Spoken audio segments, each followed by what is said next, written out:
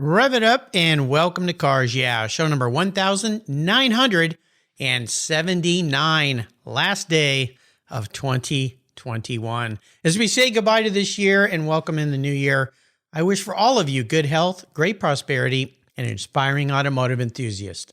Here we go.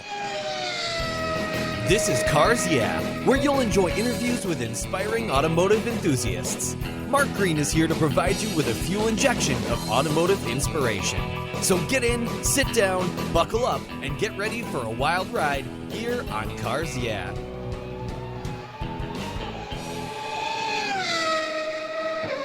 Hello, inspiring automotive enthusiasts, and welcome to Cars Yeah. As we end the year, I thought I'd head over to the Netherlands and talk to a very creative guy by the name of Lennart van Kampen. Lennart, welcome to Cars Yeah. Do you have it in gear, and are you ready to release the clutch? Already. All right. We're going to have some fun. We're going to send this 2021 out with a bang, not a whimper. And as we all get ready for the new year, things most definitely are going to get better. That's the plan, at least. But before we get started with your talk and I share what you do, which is very creative, what's one little thing that most people may not know about you, Lennart?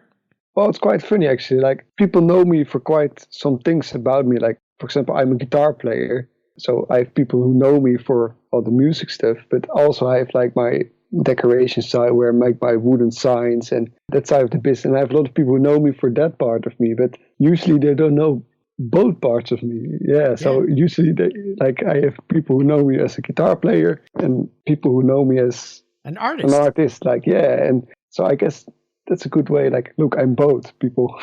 Well, this is very interesting. Regular listeners will know that in the last month, I've had an abnormally large number of guests who are musicians in addition to their career paths. Concert pianists, violin players, guitarists, like I said, all different kinds of instrument, drummers. And it's kind of funny, but artwork, being creative is tied with music. So I see the relationship there. My career was basically in advertising and artwork, but I played the guitar my whole life. And so, yeah, I kind of see that working, but you look much more like a rock star than me, I'll tell you that. So you're doing better in that department for sure. Well, let me give you a proper introduction, and we're going to talk about why I wanted you on the show, because I found you out there in the world, and I went, I've got to have this guy on my show because he does some really, really cool things. So let me give you an introduction. Lennart van Kampen is the owner of Lennart's Garage, where he builds wooden signs and beautiful sculptures. Lennart's Garage is recognized worldwide as one of the finest creators of vintage-style wall art. He has combined his passion for cars, motorcycles, music, and cinema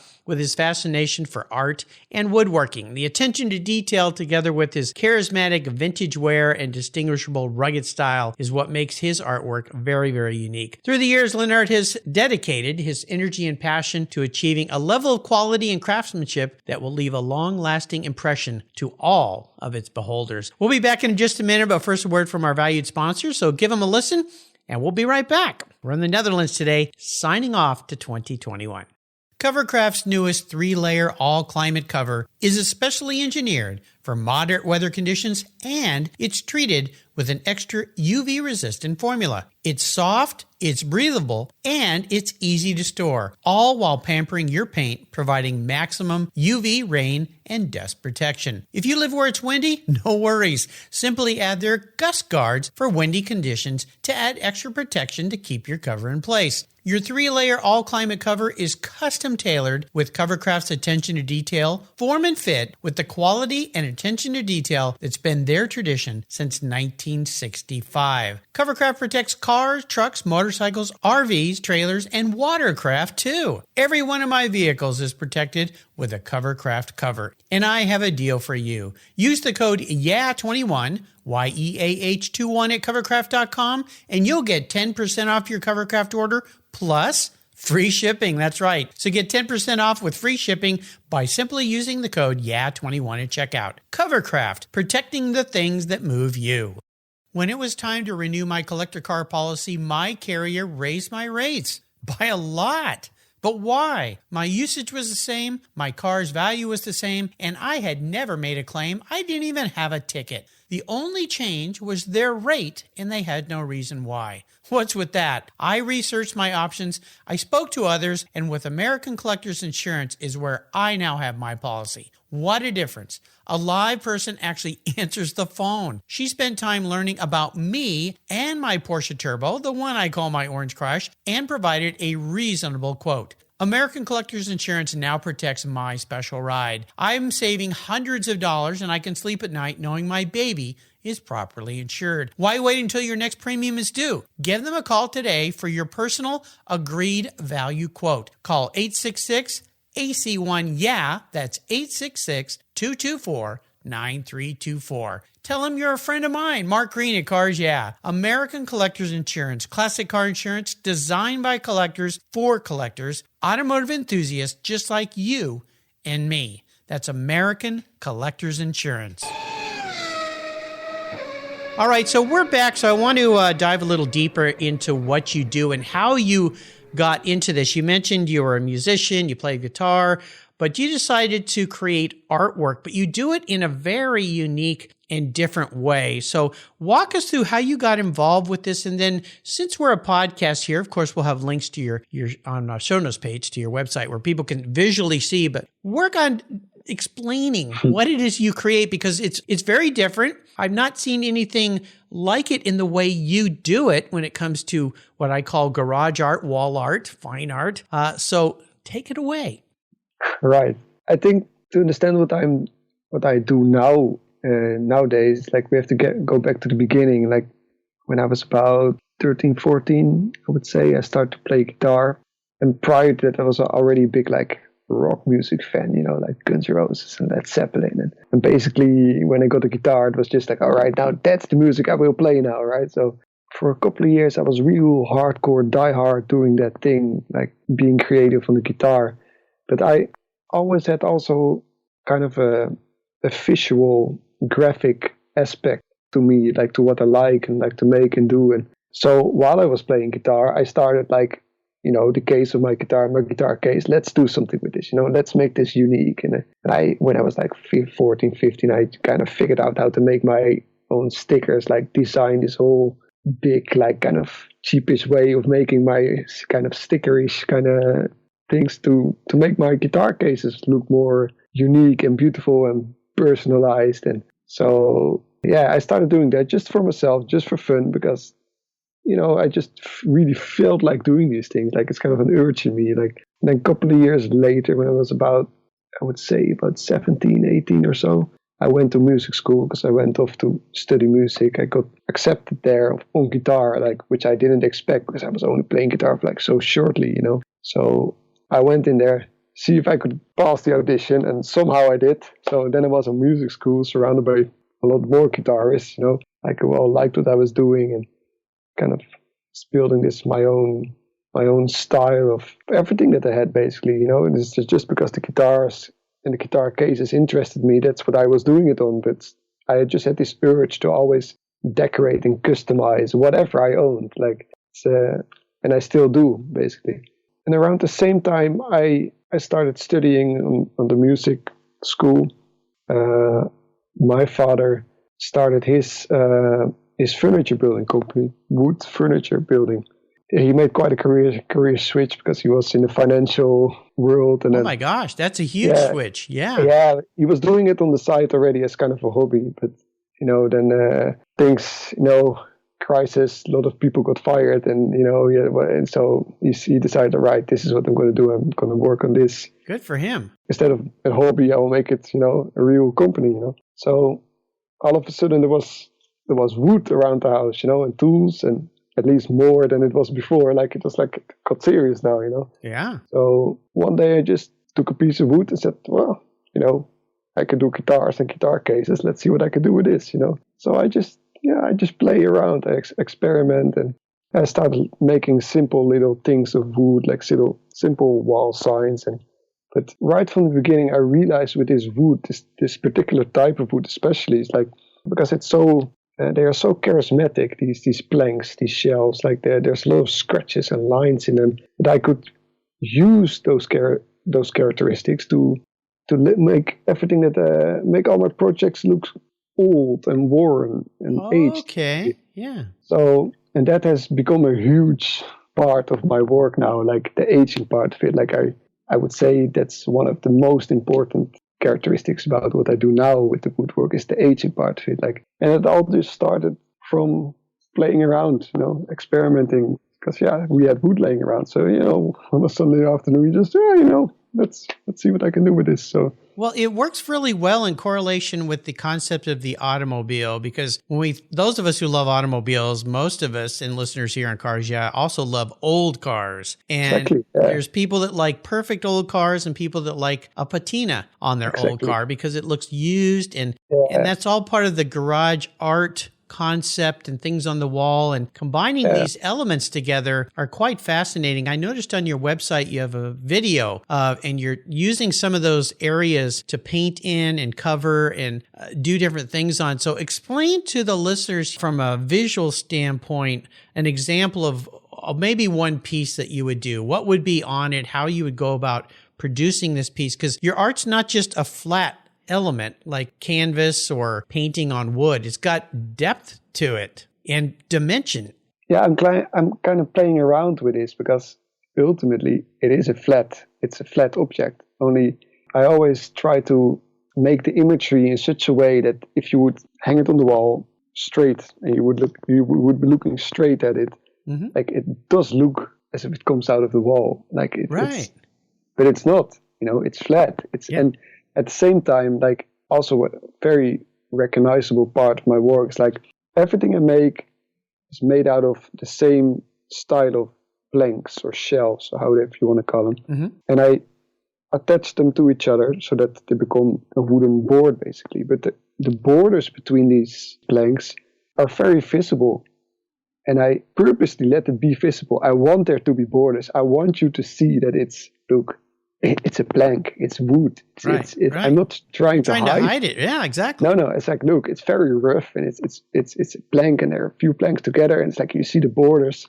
And at the same time, there is this other element about it that it does look very realistic, like it comes out of the wall almost. Like, and I really like this combination, kind of between. On one hand, I'm completely showing you that it's not coming out of the wall. It's a flat piece of wood.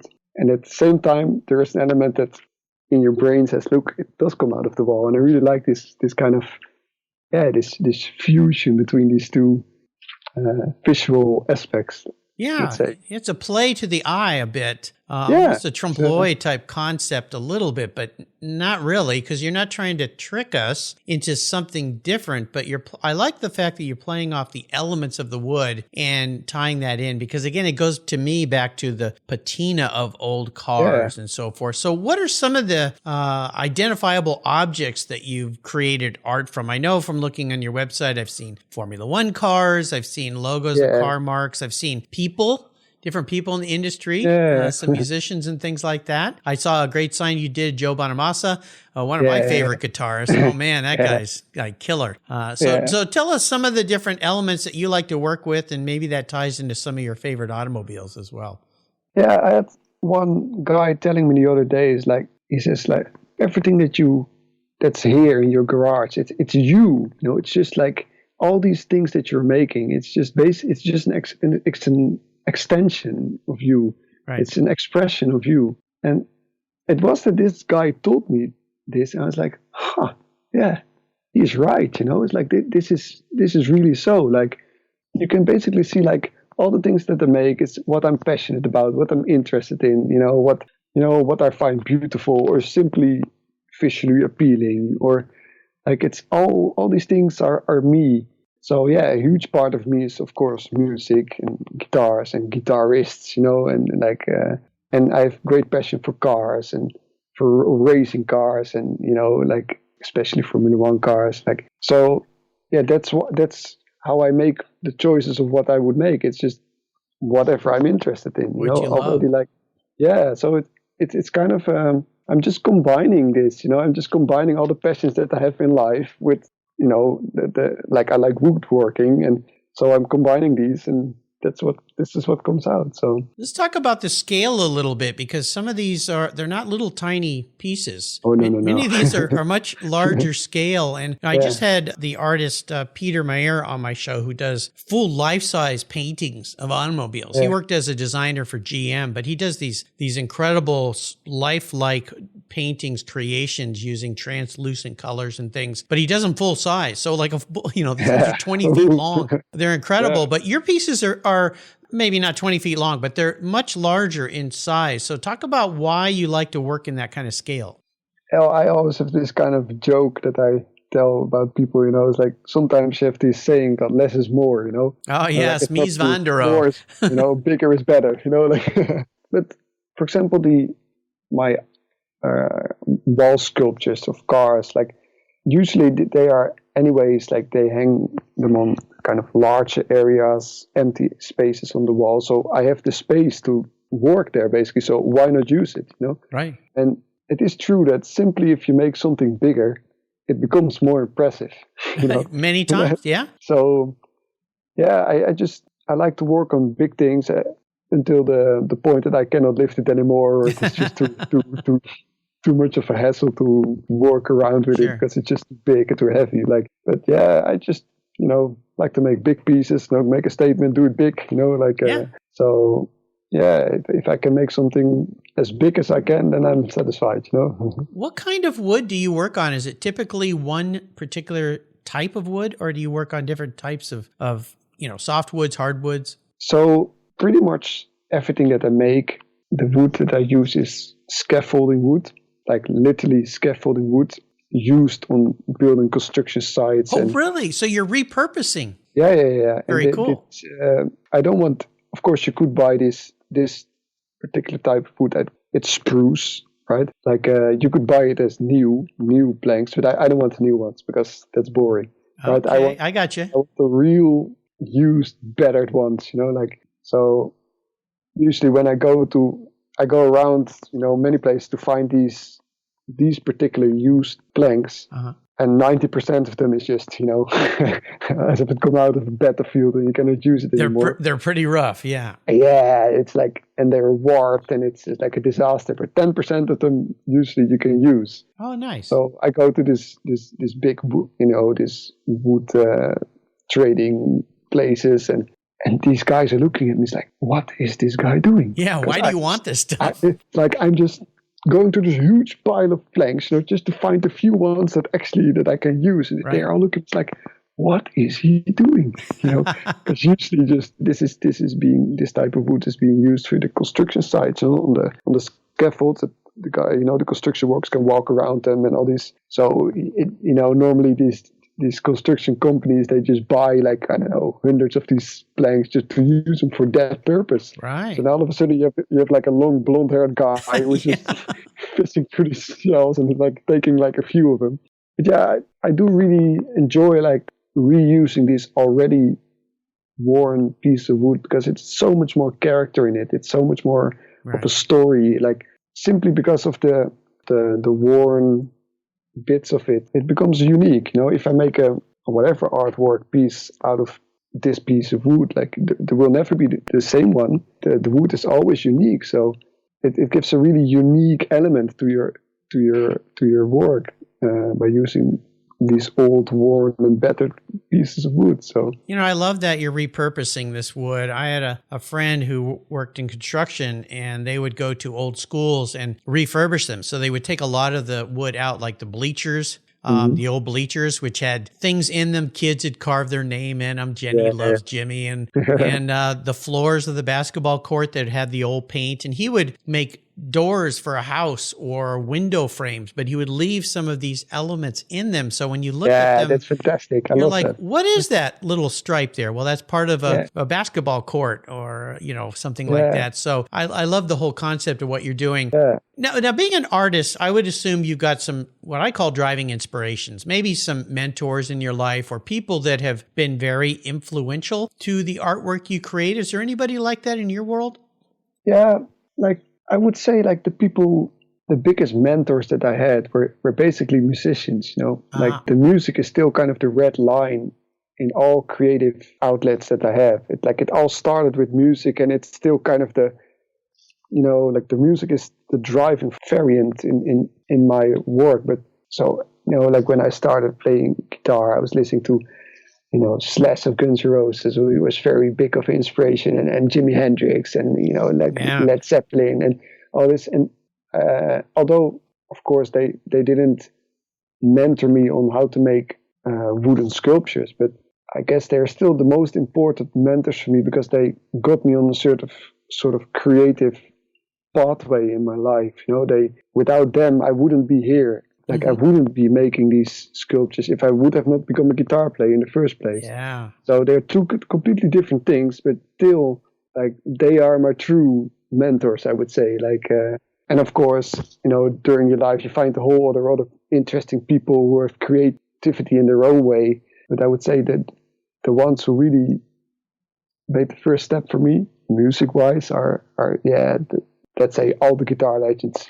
All the great guitarists. You know what I find kind of cool here too about your story, Lennart, is guitars are typically made of wood. And, exactly. So your work, and that's one of the things I love about the guitar is the wood and how it makes it sound. Even think about violins, any stringed instrument, the different kinds of woods and how they're treated and thicknesses and how that makes the string sound and the air rushing through the instrument. So I think that's a pretty good correlation. We're going to take another short break. We come back. I want to talk about some challenges that you faced in your life. So keep that thought in mind. We'll strum a few tunes while you're gone listening to this show, and we'll be right back. I've discovered Linkage. It's a new quarterly publication and website that covers the automotive market, driving, restoring, collecting, and discovering your passion for motor vehicles. Linkage is about experiences, opinions, and values. Linkage is an actual informed, reasoned opinion based on first-hand experiences. A talented linkage team covers the automotive world, the people who share your passion and mine, smart, considered, rational, and experienced opinions, ones you can learn from and grow. That includes our passion that drives auctions and the collector car market. So come with me and join us on this journey. And be sure to use the code CARSYEAH when you subscribe, and they'll give you $10 off. Boom! Linkage, geared for the automotive life. Subscribe today at linkagemag.com. So, Lennart, let's talk about this, because every great artist, every great musician runs across some obstacles, challenges. Some, they push some people over the edge, but I'd love for you to share something that you've come up against. But more importantly, what did that thing teach you so you could come out positive on the other side? Yeah, that's a great topic to talk about, because in a way, of course, we all have our challenges in life, on all fields of life. But in the last few years, there was one big challenge. I need to explain this a little bit. When I started out making my sculptures, I didn't have a website or anything. I was basically doing this for fun, and it got out of hand. The only thing that I had back then was a Facebook page, and I was just, I was growing quite a following on there. Just doing my works and putting it on there. People liked it, sharing it, and all this. And after a while, this was not just a hobby anymore. It becomes slowly like a small business. Yep. But I was still just working from a Facebook page, because that's how I'd always done it. Sure. So all of a sudden, my world turned around when, through some unexplainable reason, Facebook decided that I was not allowed on Facebook anymore. So I lost my page. Yeah, and my account, which included all my pages. So all my work, my whole portfolio was gone. Wow. It was just vanished. And you just wake up one day and everything that you worked on. And you don't exist anymore. It's and it's quite... Twilight Zone. Of course, it's not a very smart move for me to just work from a Facebook page, right? Lesson learned? Yeah.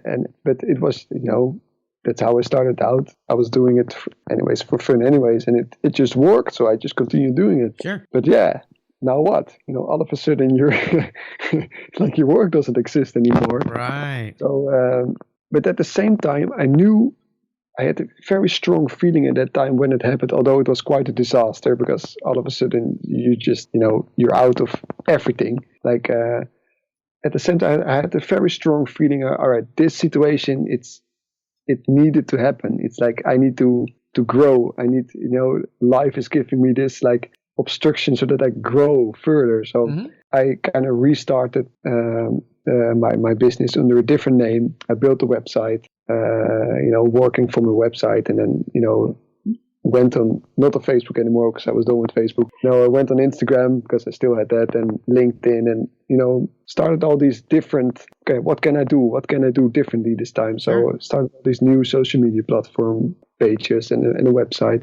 And also, up until that point, I was only, not even focusing. It was just, I had only Dutch customers, because you're just working from your small little circle, which gets a little bit bigger every time, but it's still just national. So as soon as I started making my website, I went international all of a sudden, So and now I'm sending works from here to Australia, to everywhere, So in retrospect, it's the best thing that ever happened to me. Well, I've heard this story before, and I've talked to people about this, having come from the marketing world that I was in before I became a podcaster, is I always am a little surprised when I see people don't have their own place, i.e. a website, or they're not capturing emails from followers. They're using their social media exclusively. And I always think, not only are you playing in somebody else's sandbox, if Mark Zuckerberg doesn't like you anymore, he kicks you out of his sandbox and you're done, and there's nothing you can do about it. And so I always suggest you've got to make your own identity and start to capture those email addresses and your own customer base in your own world, because that you can control much more. So it's a really valuable lesson, and I'm glad you learned it younger in your career rather than later, because some people have been doing things for 10, 15 years and all of a sudden they have no way to communicate because Instagram, Facebook, TikTok, LinkedIn, wherever you are, that's not your platform. You're just you're a visitor there, right? Yeah, but then at the same time, like if this gonna happen to you, it better happens like harsh, like wake up, to me, a big wake up slap. It's a real wake up call, and you really all of a sudden there's like a real urge to grow, to become better, right? To come back better. Like, so the way these things, you should embrace them. They're good for you, Yep. Although they don't feel good, they are good. Usually they don't. That's why I asked this challenge question, because these challenges, typically, if you treat them properly, they become wonderful learning lessons in our lives, and they help push you out of your comfort zone. So I'm glad that happened to you. I wish it had happened in a different way. So am I. Exactly. Now, artists are always evolving, always changing, and I'd like to ask you about maybe a bucket list type concept 2-3 years down the road of where you'd like to take your art, where you see yourself evolving and growing into the future.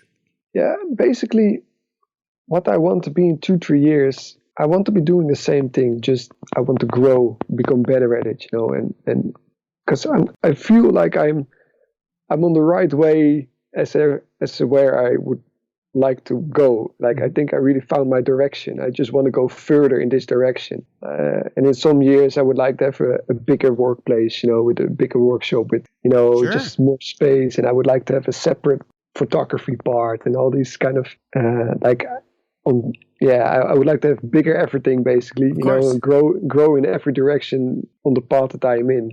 But at the same time, I know I am, maybe in 3 years, I'm doing something completely different. So I'm aware of that. So I'm just enjoying the ride and doing my best on whatever I'm doing now. And then you never know what life has in store for you. So boy, you don't, compared to what we had to deal with the last 2 years. You never know the things boy, that's taught some really harsh lessons for a lot of people, for sure. Let's talk about a special vehicle in your life. Is there one that stands out? And if so, tell me about that ride.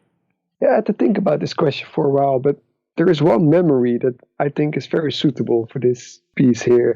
When my father was still in his financial work world, in his previous life, as we kind of jokingly say, they were at that company, they were driving these lease cars, right? And they were BMWs. And one day his car had to go for service or something. And he calls me up and he says, "Be ready in 50 minutes. Okay. I'm like, "What you mean?" It's like, "Just be ready. I'm coming to pick you up." And I'm like, "Oh, all right." And I don't know, I'm like 10, 12 years old here. So, I never know what's going to happen. Yeah. And all of a sudden, he drives in front of the house with like a BMW Z4. Ooh, right? nice. Which was at that time, that was like, I mean, that was like when you're like a 10, 12-year-old kid, you're like, wow, what's this? It's like this is like, like a racing car, Oh, yeah, they're cool. So basically what they had done is like...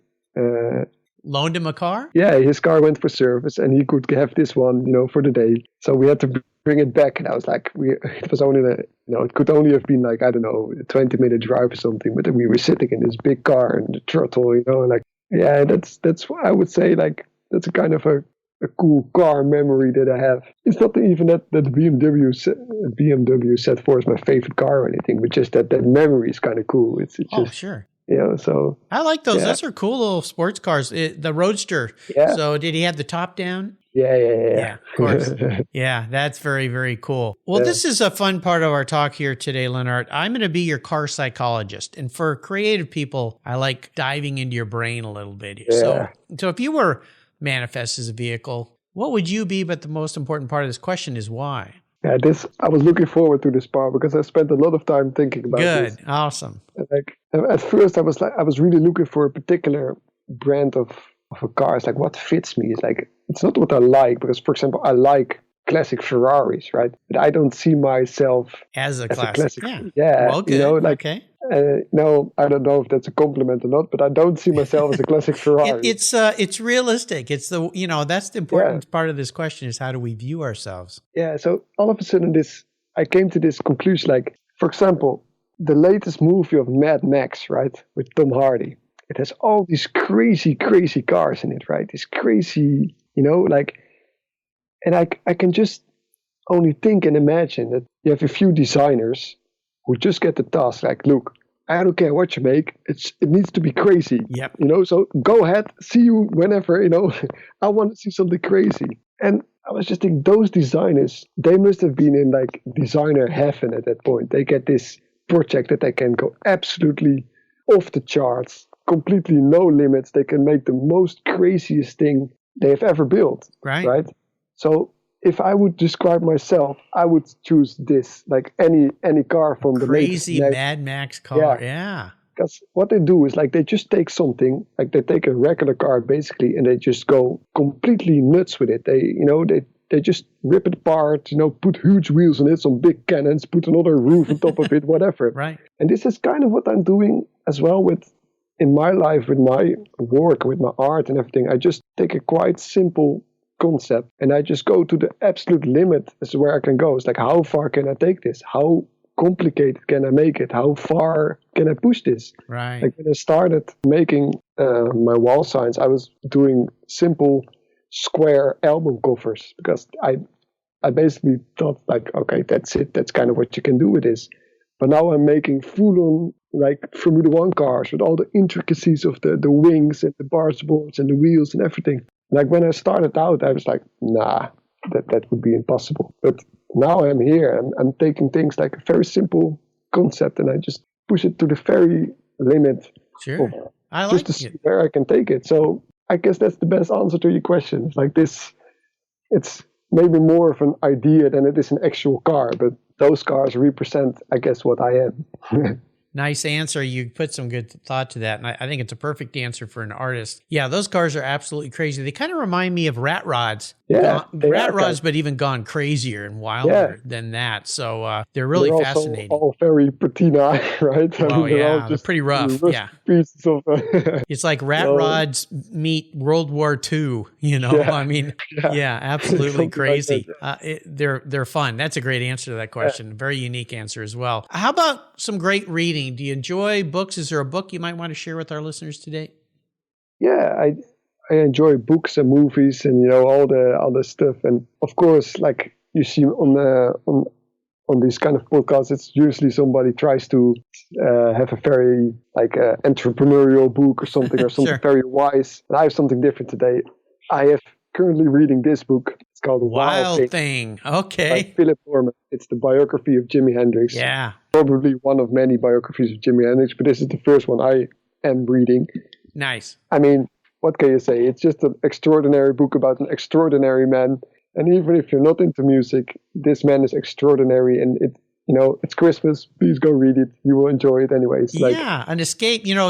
Jimmy was, I believe he was originally from the Seattle area, just north of where. Yeah, he was. Yeah, north of where I live. And there's a music experience museum up there that the late Paul Allen created. And it's designed by a crazy architect. He's not crazy, but his designs are crazy. And the music experience up there is just absolutely phenomenal. And they have a lot of stuff about Jimi Hendrix up there as well. Yeah, as they should, this is a kind of phenomena of nature, it's like these kind of people that you need to cherish it. He was one of those guitarists, when you go back and look at videos of him, that just seemed super comfortable in his own skin. And he was doing stuff that people hadn't seen or weren't doing, and plus he was a black guitarist, which put him kind of as a unique guitarist in the rock and roll world. But he was just so out there, but just so smooth and crazy, and put aside lighting guitars on fire on stage and some of the crazy stuff that they did back then.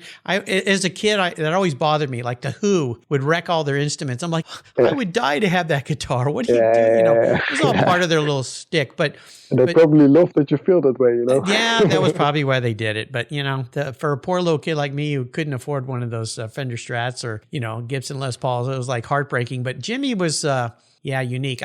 I'd not heard of that book, Wild Things, so I'll make sure I put a link to that on your show notes page so people can grab it. And it might be a great holiday gift or first of the year. I mean, it's always a good time to buy a book for somebody. That's for sure. Exactly. Get them off these computers and get them thinking and reading and learning about how other people became what they And besides giving a book, it's also the perfect time to read the book, So, absolutely. Yeah, there you go. There you go. Oh, I'll remind our listeners, I've got a place on my website called Guest Recommended Books where I put all the books that my guests have recommended. There's over 2,000 books there, which is pretty incredible. Made it real easy for you to find them with a quick click to buy. So let's go on the ultimate drive before I let you go today. I'm going to buy you any vehicle to be in. You can be with anybody, living or deceased. If you want to go on a ride with Jimi Hendrix, you can do it. Yeah. And you can be going anywhere. So what does the ultimate drive look like for a creative guy like you?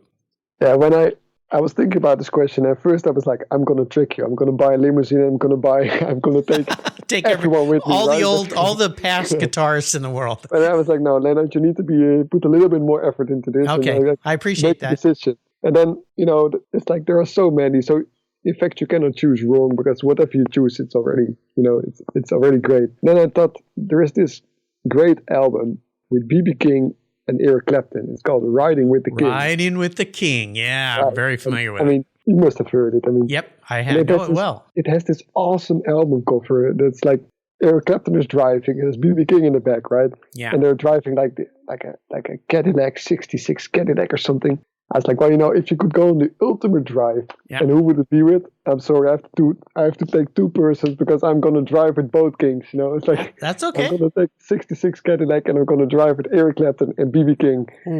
So to recreate that album cover, I think that would be a vibe on its own. Yeah.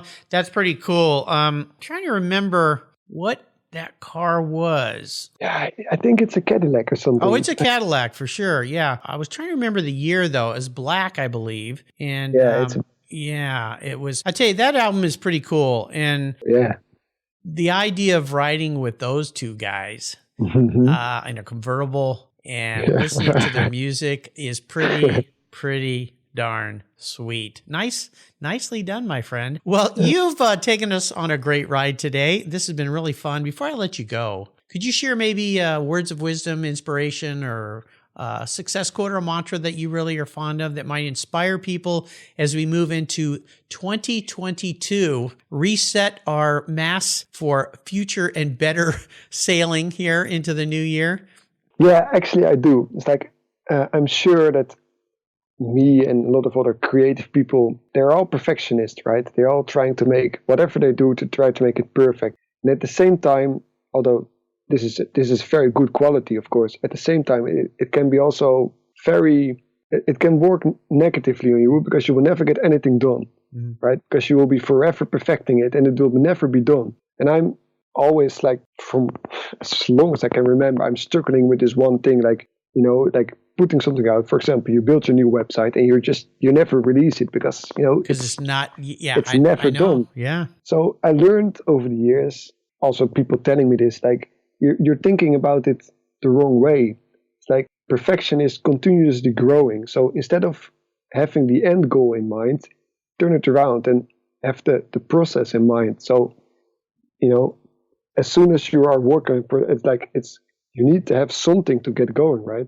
So you need to work with all the means that you have. So start working, release it, do something. And while you're releasing it and you're working it, you will get better at it, and you're actually growing, and at least as close as you can to perfection, I think, instead of keeping perfection in mind. It's a great concept, much like life itself is a work in progress. And it is a process. And yes, many times don't worry about it being perfect. Put it out there. Keep working on it. Keep refining it. Keep creating, keep producing something, but finish what you're working on, whatever that finish line means at that moment. It doesn't have to be perfect. I've heard this from many artists, that many artists won't get something done because they keep putting it aside because it's not perfect yet, and it just sits there leaning against a wall and it's never completed. So get it done and put it out there and keep thinking. That's a great way to think of things. How can people keep up with you and learn more about what you're doing? First of all, I have my website now. No Facebook page anymore. Complete website, which is lennartsgarage.com. And I'm very active on Instagram, which is Lennarts_garage. And you can find me on LinkedIn and YouTube and everywhere. So it should be pretty straightforward to find me. Absolutely. I'll put links to his websites, Instagram, on his show notes page, but it's easy to find. Just LENNARTS garage.com. Easy to find. Lennart, here's to a very healthy, prosperous new year for you, and to all you listeners, same to you. Make it the best year ever. Get out there, create, be inspiring, have fun, be kind to everybody. Because we all need to be kind to everybody, and have a great new year to you. I wish you the best success in the future. Until you and I talk again, my friend, I'll see you down the road. Thank you very much. It was a great pleasure being here, and all the best wishes for the new year to you as well. Thank you. This was great fun. Here at Cars Yeah, it's all about inspiration. And our charity of choice is TechForce Foundation, where it's all about making a positive difference in young people's lives. TechForce helps young adults discover their talents and passions for all things automotive, with a mission of helping students develop a career as a professional technician. TechForce awards nearly $2 million in scholarships every year for students to pursue technical education, and they support hands-on activities, events, and mentorships across the country, working to change the outdated perceptions of these careers. Auto techs are in high demand, but the supply of qualified technicians is critically short. They need your help to fuel their mission. Learn more and join me in supporting them at techforce.org. Thank you so much for joining us on today's ride here at Cars Yeah. Drive on over to carsyeah.com to find show notes and inspiring automotive fun. Download your free copy of Filler Up, a fun book filled with gorgeous photographs of fuel filler fun, including quotes from more inspiring automotive enthusiasts. Download your copy today, and we'll see you next time on Cars Yeah.